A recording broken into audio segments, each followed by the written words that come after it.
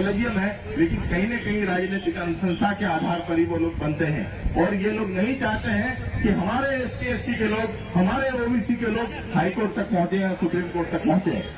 घुमा फिराकर सारे मामलों को हाईकोर्ट या सुप्रीम कोर्ट तक पहुंचा दिया जाता है और बाद में ये बोला जाता है कि सुप्रीम कोर्ट ने ये बोला है, हाईकोर्ट ने ये बोला है, इसलिए आपको ये करना है। तो मैं आपको ये बताना चाहता हूं कि आप राजनीतिक रूप से संगठित हो जाइए। यदि आपको अपने अधिकार चाहिए तो राजनीतिक रूप से संगठित हो जाइए और पंचायत से लेकर संसद पर कब्जा कीजिए। और हर जगह जब आपके लोग होंगे, पॉलिसीज को आपके हिसाब से बनाने के लिए मजबूर होना पड़ेगा। मैं संविधान अभी मैंने पढ़ना शुरू किया है। आज इतने दिनों बाद हमको कभी किसी ने स्कूलों में संविधान नहीं पढ़ा है। हम संविधान की भाषा इतनी क्लिष्ट है कि आम आदमी उसको समझ ही नहीं सकता है। इस देश में भागवत गीता और रामायण के पाठ तो होते हैं, इस देश में संविधान को लेकर कोई पढ़ाया नहीं जाता है, कोई कभी उसको आसान शब्दों में नहीं पढ़ाता है। मैं आपको बताना चाहता हूं कि कैसे ये चाहते तो प्रमोशन में आरक्षण कर सकते थे।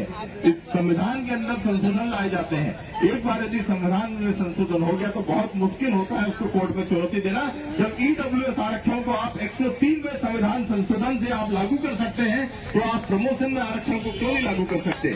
आप प्रमोशन में आरक्षण को आप कॉन्स्टिट्यूशनल अमेंडमेंट लाइए। मैं बोलना चाहता हूँ इस मंच से मोदी को और शिवराज को, जो खुद अपने आप को पिछड़ों का नेता मानते हैं। मोदी बोलते हैं कि मैं घाटी समुदाय का हूँ, शिवराज बोलता है मैं किरार समुदाय का। अरे उसको किरार लिखने में शर्म आती है, वो लिखता है शिवराज सिंह चौहान।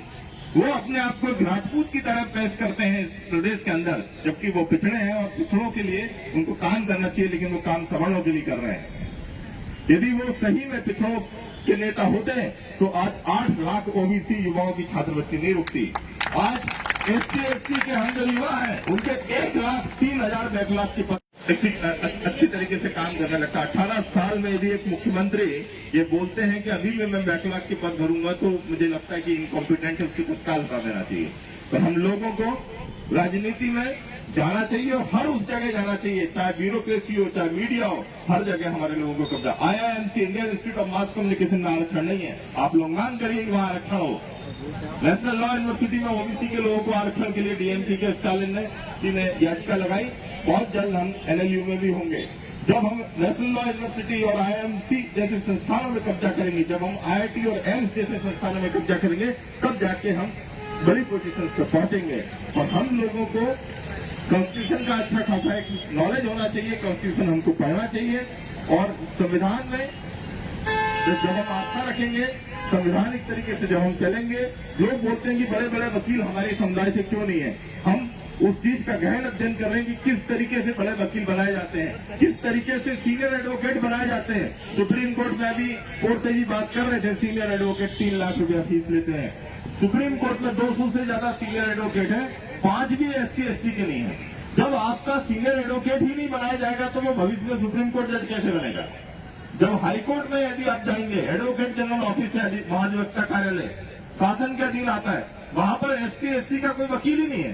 पूरे AG ऑफिस में, ग्वालियर में नहीं है, जबलपुर में नहीं है और इंदौर में भी नहीं है। जब जाकर अभी हमने खूब ज्यादा मांग उठाई, 2-3 OBC के लोगों को छोटा मोटा डिप्टी गवर्नमेंट एडवोकेट टाइप बना दिया गया। आज भी जो बड़े पद है, एडिशनल एडवोकेट जनरल, डिप्टी है जी, सब सवर्णों के हाथ में।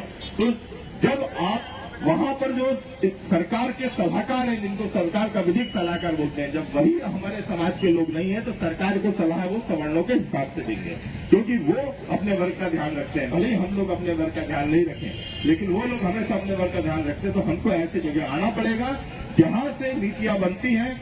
इंदौर, भोपाल, जबलपुर, ग्वालियर के कलेक्टर सवर्ण क्यों हैं? क्या हम लोग इनकॉम्पिटेंट है? क्या हमें पावर नहीं है? क्या हम लोगों में सोचने समझने की क्षमता नहीं है? आज आप बताइए, सारे बड़े जगह के जितने भी क्रीम पद हैं, जितने भी बड़े पद, क्यों? क्योंकि ये लोग भ्रष्ट हैं और उनको पैसा कमा के देते हैं। हमारे लोग भ्रष्टाचार में बहुत नीचे हैं, इतना भ्रष्ट नहीं है। ये लोग इनको पैसा कमाने की, देने की ताकत रखते हैं, इसलिए इनको बड़े बड़े पदों पर, बड़े बड़े जिलों में कलेक्टर बनाया जाता है, बड़े बड़े जिलों में इनको SP बनाया जाता है। मुझे आप बताइए, पिछले 30 साल से मैं आज इंदौर में हूं, मैंने यहां कभी किसी ST SC का आदमी को कलेक्टर के पद पे नहीं देखा।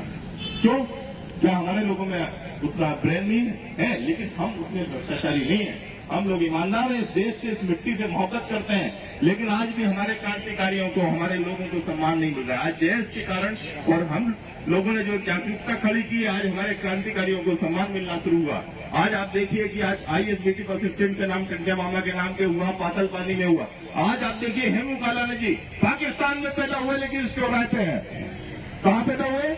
पाकिस्तान में, सक्खर में, सिंध प्रांत में पैदा हुए, लेकिन आज वो इस चौराहे पे हमारे टंटिया मामा जी की मूर्ति आज तक भौर का चौराहे पे स्थापित नहीं कर पाया। तो आज बताइए, सिंधियों ने पाकिस्तान से आकर आज अपनी क्रांतिकारी की मूर्ति इस कलेक्टर कार्यालय के सामने रखवा दी, लेकिन हम लोग जो इस मध्य प्रदेश के 22% है आदिवासी, आज हम हमारे क्रांतिकारियों की मूर्तियां उनके नाम पर संस्थान करवाने के लिए हमको संघर्ष करना पड़ रहा है। तो संचित रहिए, डॉक्टर आनंद राय और मेरी पूरी टीम आपके साथ है, और ST SC OBC को इसी तरीके से भी हम संचित रहे तो हमारे हक और अधिकार हम लेकर रहेंगे।